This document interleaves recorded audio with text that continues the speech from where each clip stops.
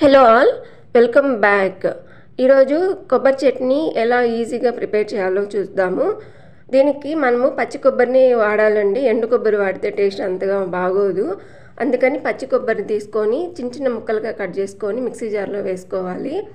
మనము ఎంత కారం అయితే తినగలుగుతామో అన్ని పచ్చిమిరపకాయలు వేసుకోవాలి. నేను ఇక్కడ తీసుకున్న పచ్చిమిరపకాయలు అయితే కొంచెం కారం తక్కువగా ఉన్నాయి కాబట్టి నేను ఇక్కడ ఒక 6 నుంచి 7 వరకు పచ్చిమిరపకాయలు తీసుకొని దానికి 2-3 పీసులు కట్ చేసి వేసుకున్నాను. ఇంకా ఇందులోని చిన్న అల్లం ముక్క కూడా వేసుకోవాలి. తర్వాత వెల్లుల్లిపాయ ఒకటి వేసుకున్నాను.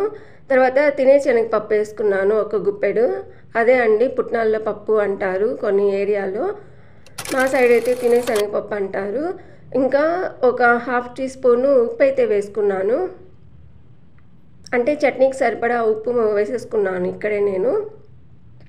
వేసేసుకొని అన్నీ మిక్సీ పట్టుకోవాలి. మిక్సీ పట్టుకున్న తర్వాత పోపు వేసుకోవాలండి.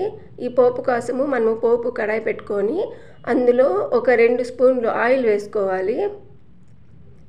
ఇలా ఆయిల్ వేసుకున్నాక ఫస్ట్ అయితే ఆవాలు వేసుకోవాలి.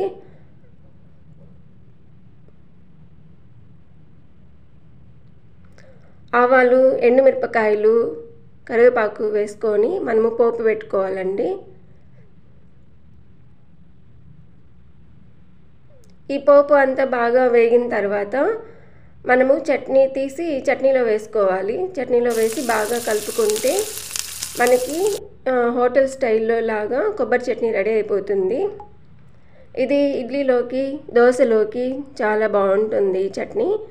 మనకి సంక్రాంతి పండుగ వల్ల టెంకాయలు అయితే ఇంట్లో చాలానే ఉంటాయి. సో ఇలాగా కొబ్బరితో చట్నీ చేసుకోవచ్చు, స్వీట్ ఐటమ్స్ కూడా చేసుకోవచ్చు. నేనైతే